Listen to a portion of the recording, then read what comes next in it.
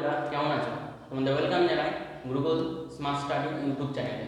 ওকে, তো প্রথমে সরি বলে নিই, কারণ বেশ কিছুদিন ধরে আমাদের যে ক্লাস 11-এর ভিডিও আটকে ছিল দিতে পারিনি, তো একটু অসুবিধা ছিল। তো আজকে আমি ক্লাস 11-এর যে 3 নম্বর পার্টে আমরা 6 নম্বর পার্টে চলে এসেছি, 3 নম্বর চ্যাপ্টার। ওকে, তো যেখানে কিনা আমরা আজকে আগ্নেয়গিরি শ্রেণীবিভাগ সম্বন্ধে পড়ব। ওকে, ঠিক আছে। তো আগ্নেয়গিরি শ্রেণীবিভাগ সম্বন্ধে পড়ার আগে একটা কথা বলে নিই, গুরুত্বপূর্ণ খুব, যে কাঁদি ছেলেদের জন্য যে আমরা অফলাইন ক্লাস আছে, সেখানে আমি ফ্রি 1 মাসের যে ক্লাস সেটি প্রোভাইড করাবো।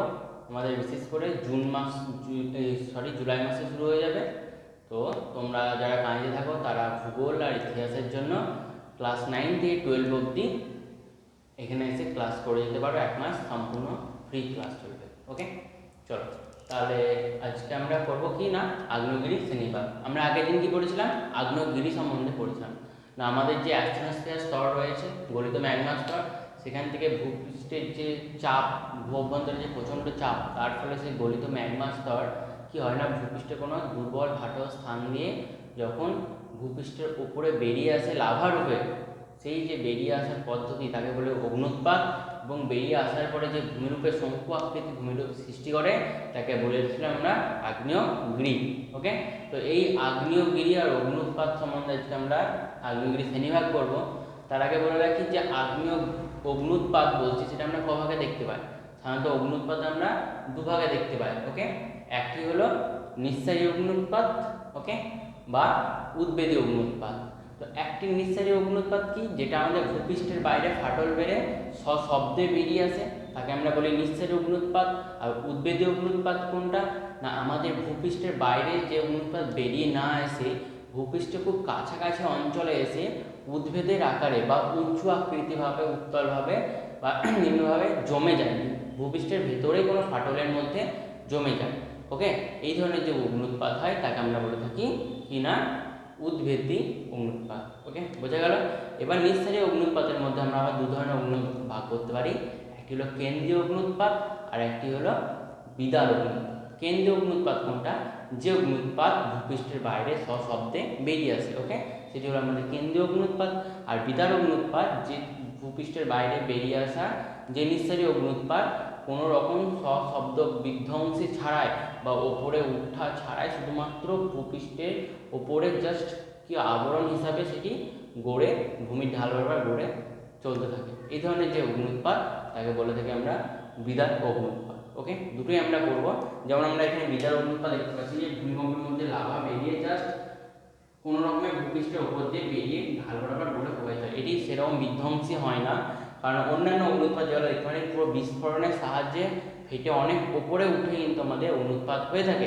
ওকে, কিন্তু বিদার অগ্নুৎপাতের ক্ষেত্রে শুধুমাত্র ভূপৃষ্ঠ থেকে লাভা বেরোবে, কিন্তু সেটি খুব মাটির স্তর দিয়েই প্রবাহিত হবে, গোল যেমন জল প্রবাহিত হয় ঠিক সেরকমভাবে এই অগ্নুৎপাতে লাভা প্রবাহিত হয়। ওকে, বোঝা গেল। তাহলে আসছে চলো বিশেষ করে এবার আগ্নেয়গিরি যে শ্রেণীবিভাগ সেগুলি সম্বন্ধে আমরা করবো। সাধারণত দু ধরনের আগ্নেয়গিরি শ্রেণীবিভাগ আমরা এখানে রেখে রেখেছি। এটা হলো কেন্দ্রীয়, যেটা বললাম কেন্দ্রীয় অগ্নুৎপাত। এই কেন্দ্রীয় অগ্নুৎপাতের উপর ভিত্তি করে এক ধরনের আগ্নেয়গিরি শ্রেণীবিভাগ পাওয়া যায়। আর একটি হলো অগ্নুৎপাতের সক্রিয়তা বা পর্যায়ক্রম অনুসারে শ্রেণীবিভাগ। ওকে, তো অগ্নুৎপাতের যে কেন্দ্রীয় অগ্নুৎপাত তার সম্বন্ধে আজকে পড়বো।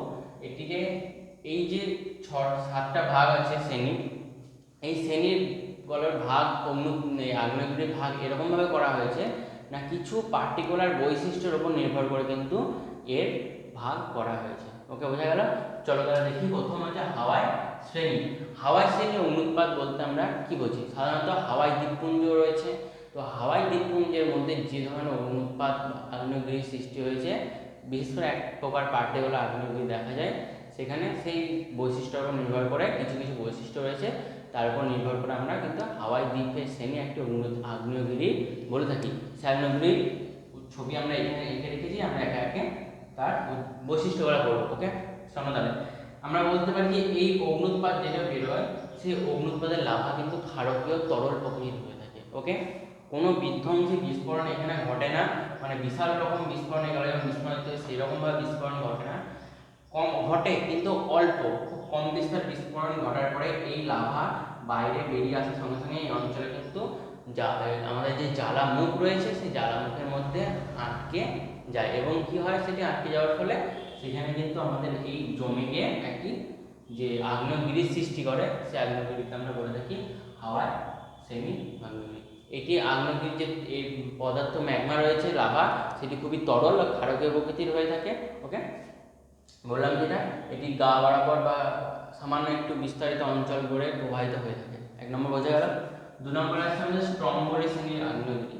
স্ট্রম্বলি শ্রেণীর আগ্নেয়গিরি হলো কিনা সাধারণত কোন কয়েক মিনিট অন্তর অন্তর ইতালির যে স্ট্রম্বলি আছে, স্ট্রম্বলি দ্বীপে যে আগ্নেয়গিরি স্ট্রম্বলি শ্রেণীর আগ্নেয়গিরি বলে। তো এই যে বৈশিষ্ট্য সেটি হলো কয়েক মিনিট অন্তর, 6-7 মিনিট 10 মিনিট অন্তর কিছু সময় অন্তর এই আগ্নেয়গিরিকে বিস্ফোরণের সাহায্যে কিন্তু প্রচণ্ড ধোঁয়া আর তার সঙ্গে ম্যাগমা কিন্তু ভূপৃষ্ঠের বাইরে বেরিয়ে আসে। ওকে, এই ম্যাগমা কিন্তু আর্দ্র সান্দ্র বা একটু জমাট অবস্থায় থাকে, তার জন্য এই ম্যাগমা বেশি দূর প্রবাহিত হতে পারে না। আর এর সঙ্গে বেরিয়ে আসা যে পাইরোক্লাস্ট বলতে পারবো বা যে ভূমি যে আমাদের যে ভস্ম বলতে পারো বা যে পাথরের টুকরোগুলি, সেগুলি এই অঞ্চলে কিন্তু বিস্তারিতভাবে পড়ে থাকে। ওকে, বোঝা গেল একটু। তারপর আছে ভলকানো শ্রেণী। ভলকানো শ্রেণীর যে আগ্নেয়গিরি রয়েছে এটি কিন্তু ইতালির যে ভলকানো, ওকে, তো ওই ভলকানো দ্বীপের কিন্তু এই আগ্নেয়গিরি হচ্ছে ভলকানো শ্রেণীর আগ্নেয়গিরি। এই আগ্নেয়গিরিতে কি হয় না লাভা আমাদের আরো কঠিন হয়ে থাকে। ওকে, এবং এই কঠিন হওয়ার ফলে এই লাভা কিন্তু বেশি দূর অবধি উঠতে পারে না, ফলে এই অঞ্চলে খুব একটা বিস্ফোরণ হয় বাঁধাকপি বা আমরা যে দেখেছি তার মতনই কিন্তু এই অঞ্চলে কিন্তু আমাদের অগ্নুৎপাত বা আমাদের যে আগ্নেয় ভস্ম সেগুলি এত দূর অবধি উত্থিত হয় হয়ে কিন্তু এই সামান্য অঞ্চলে কিন্তু এটি প্রবাহিত হয়ে থাকে। ওকে, এই ধরনের যে অগ্নুৎপাত তাকে আমরা বলে থাকি ভলকানো শ্রেণীর অগ্নুৎপাত। এবার যে ভেসুভিয়াস শ্রেণীর অগ্নুৎপাত। ভেসুভিয়াস শ্রেণীর অগ্নুৎপাতটা একটু আলাদা রকম, মানে এটি কীরকম ভেসুভিয়াস বা এটনা শ্রেণীর বা ভেসুভিয়াস শ্রেণীর অগ্নুৎপাত হচ্ছে আমাদের যেখানে কিন্তু লাভার পরিমাণ কম বেরোবে কিন্তু এর বিস্ফোরণ প্রচণ্ড পরিমাণে বিস্ফোরণ হবে। ওকে, অনেক বিস্ফোরণ হওয়ার জন্য প্রচুর পরিমাণে গ্যাসীয় ধোঁয়া বাষ্প কিন্তু অনেক দূর ওপরে আকাশে অনেকটা ওপরে গিয়ে কিন্তু সেই ধোঁয়ার স্তর সৃষ্টি হতে দেখা যাবে। ওকে, তো এই ধোঁয়ার স্তর সৃষ্টি হওয়ার পরে কি হবে না এই অঞ্চল থেকে খুব কম পরিমাণে লাভা বের হবে এবং বেশি পরিমাণে ধোঁয়া বাষ্প পাথর খণ্ড বা বিভিন্ন ধরনের গ্যাস নির্গত হয়ে এরকমভাবে অবস্থান করতে দেখা যায়। ওকে, একে বলা হয় কি না ভেসুভিয়াস শ্রেণীর আমাদের আগ্নেয়গিরি।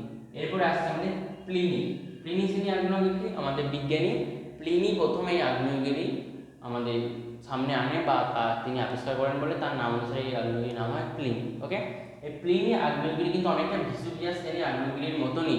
ওকে, কিন্তু একটু আলাদা, সেটি হলো আমাদের যে ভেসুভিয়াস শ্রেণী শুধুমাত্র ধোঁয়া একটু অনেকটা উঁচুতে গিয়ে আমাদের সেই ধোঁয়ার স্তর সঞ্চিত হয়। ওকে, বোঝা গেল।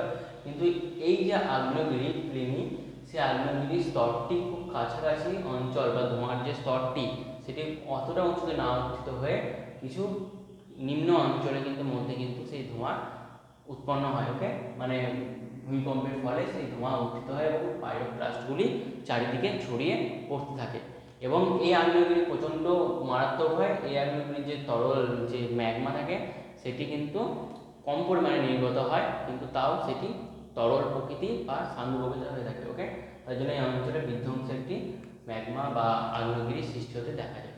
এরপর আসছে পিলি শ্রেণীর আগ্নেয়গিরি কীরকম না পিলি শ্রেণীর আগ্নেয়গিরিকে আমরা বলতে পারি সাধারণত যে আগ্নেয়গিরি থেকে প্রচুর পরিমাণে শুধুমাত্র ধোঁয়াই নির্গত হয়ে থাকে আর যে আমাদের পদার্থ যে মেটেরিয়াল বা ম্যাগমা লাভা তার পরিমাণ খুবই কম পরিমাণে নির্গত হয় এবং এই অঞ্চলটি প্রচুর পরিমাণে ধোঁয়া এবং এটি আরও নিচের দিকে ধোঁয়া, একদম ওপরে না খুব নিচে অঞ্চলে কিন্তু ধোঁয়া সঞ্চিত হয়ে পুরো অঞ্চলটাকে মেঘে ঢেকে দেয় এবং বিষাক্ত ধোঁয়াতে ঢেকে দেয়। ওকে, বোঝা গেল।